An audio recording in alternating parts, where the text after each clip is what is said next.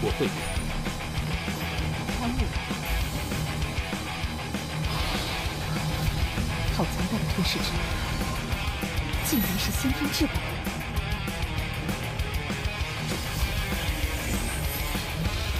灵气冲。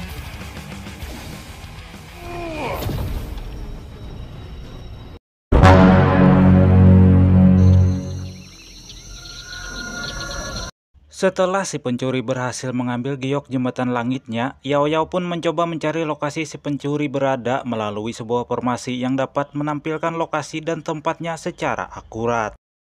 Dan walah, setelah lokasinya sudah ditemukan, alangkah terkejutnya Yao Yao dan yang lainnya karena lokasi yang ditunjukkan oleh formasi pelacak atau disingkat GPS tersebut adalah sebuah tempat bernama Lembah Kematian.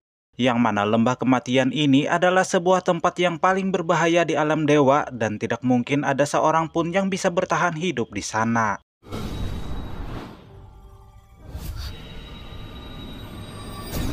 什么地方？里面有大量黑暗之气，死亡学院。 Untuk menangkap dan mengungkap identitas si pencuri, Yao Yao meminta Lin Peng untuk melakukannya. Namun karena saat ini ia masih terluka, Lin Peng pun meminta waktu terlebih dahulu untuk memulihkan kembali kekuatannya. Tidak disangka dan tidak diduga, ternyata Yao Yao dapat mengetahui bahwa di dalam diri Lin Peng terdapat sebuah segel hukum surgawi yang membatasi kemampuan Lin Peng sehingga membuatnya tidak dapat menggunakan kekuatan maksimalnya. Meskipun kekuatan Lin Peng telah disegel oleh kekuatan hukum surgawi, tetapi hal itu bukanlah sesuatu yang dapat menahan dan menghalanginya dalam meningkatkan kekuatannya. Yang mana saat ini Yao Yao menawarkan akan memberikannya sebuah metode rahasia yang dapat membantu Lin Peng mengatasi masalah kultivasinya. 若道友以此修炼，定能突飞猛进。我方世界虽然残缺，有助我一臂之力。 Sebagai tanda kerjasama yang baik dan benar serta legal tentunya di mata hukum, maka Yao Yao dan Lin Peng membuat sebuah perjanjian kontrak ditandai dengan tanda tangan masing-masing. Dan bila mana melanggar perjanjian tersebut, maka yang bersangkutan akan menerima hukuman. Setelah penandatanganan kontrak selesai, Lin Peng dibawa ke sebuah tempat yang merupakan perbatasan antara alam dewa dengan alam Lin Peng berasal. Sebab itulah energi spiritual yang ada di sana sangat kuat dan tidak akan dibatasi oleh hukum surgawi. Atau bisa dikatakan bahwa tempat ini adalah sebuah tempat yang netral tanpa ada hukum apapun yang membatasinya.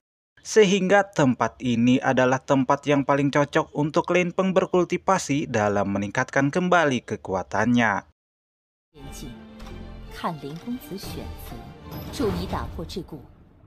不是问题。先达到真仙级，出去后，你若在我界正道真仙，看林公子选择。 Sebelum Lin Peng memulai kultivasinya, Yao Yao kembali memperingatkan bahwa jalan keabadian adalah jalan yang sulit untuk dicapai, yang mana seseorang akan dihadapkan oleh dua ujian, yaitu ujian dari dalam batin yakni hawa nafsu, dan yang kedua adalah ujian dari luar yakni keinginan duniawi. Pada saat Lin Peng sedang merenung, Eyang Naga memintanya agar tidak perlu khawatir tentang masa depan, karena jika nanti dirinya sudah pulih, maka Eyang Naga sendirilah yang akan berurusan dengan orang-orang jahat yang berasal dari alam dewa. Sehingga saat ini Lin Peng diharuskan tetap saja fokus untuk berkultivasi dan jangan memikirkan hal yang lain. 只怕在外界会有阻碍，实力远超同级真神。不错，入去后再冲击真神境。 多谢前辈提醒。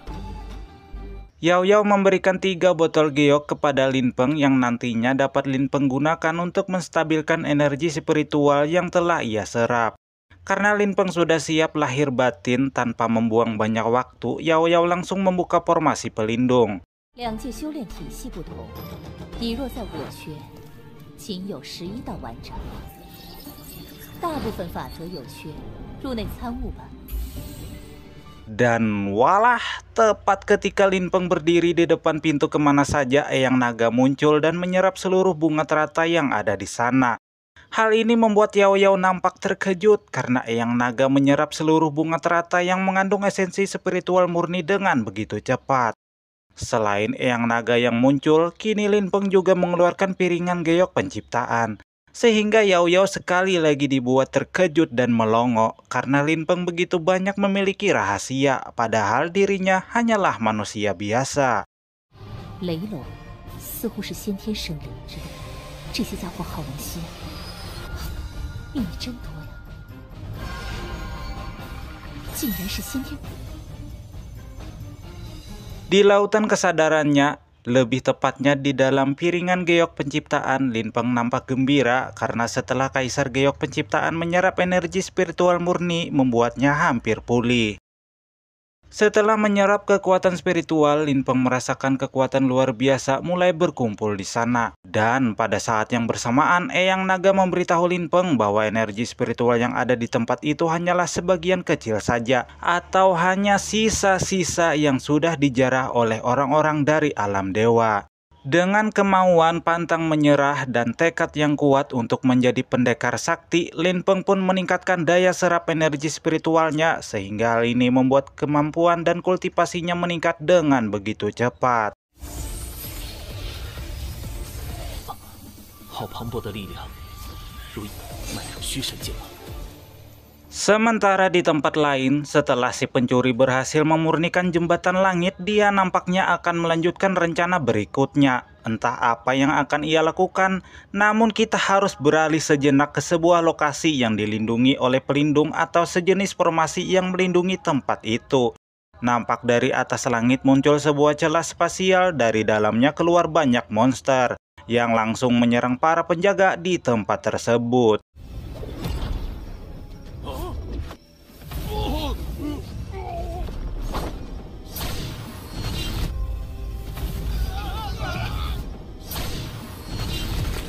Seorang kakek bertanduk atau kita panggil saja banteng tua, beliau mencoba memberikan perlawanan terhadap monster yang menyerangnya, tapi tiba-tiba 我骆明皇全力出手，完了！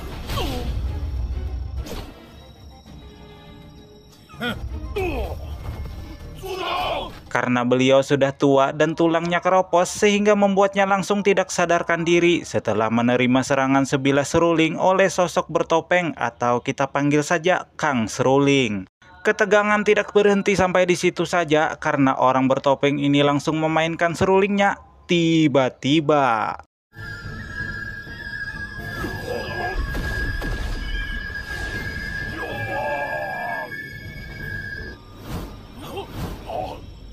dan ya, ketika seruling itu dimainkan, nampak sebuah energi dangdut yang ceria dan menggetarkan hati yang gelisah langsung terpancar dan membuat telinga semua orang yang mendengarnya kesakitan.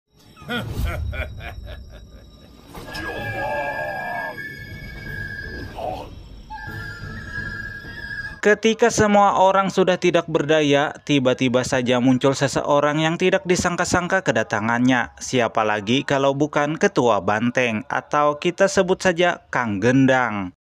Kang Seruling yang sempat terhenti oleh kedatangan si Kang Gendang langsung kembali memainkan serulingnya. Dan kali ini dia menambah daya serang serulingnya sampai membentuk sebuah belati besar. Tapi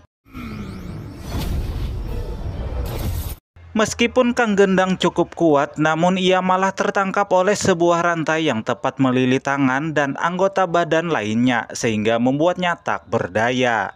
Di tempat lain nampak seorang banteng yang berada tepat di depan sebuah pintu masuk. Dari balik pintu itu muncul ruang spasial yang terhubung langsung dengan leluhur klan. Sang leluhur nampak sedikit penasaran mengapa salah satu anggota klan yang tidak diketahui namanya ini bisa berada di tempat itu. Dia kita panggil saja Asep.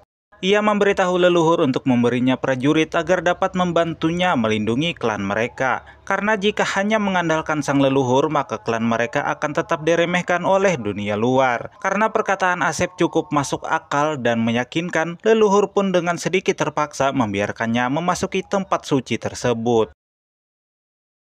Dan setelah berada di dalam, Asep nampak senang karena di sana dia melihat sebuah senjata sakti berupa kipas. Yang mana jika ia memiliki senjata tersebut maka dapat dipastikan ia akan menjadi pendekar yang tak terkalahkan. Tapi keinginannya itu nampaknya tidak akan mudah karena rupanya kipas sakti ini memiliki kesadarannya sendiri. Jiwa kipas ini meremehkan Asep yang mana dengan tingkat kultivasi Asep saat ini tidak akan memenuhi syarat untuk bisa menggunakan dan menyentuhnya. Tapi tiba-tiba 区区真仙不够格。 万部仙王级宝器，黑金天仙境，你的荣幸。 Beralih kepada Lin Peng yang sudah selesai berkultivasi, saat ini kekuatannya sudah meningkat pesat. Karena tempat itu cukup aman, Lin Peng lantas mengeluarkan si bungsu dan yang lainnya dari kantong penyimpanannya.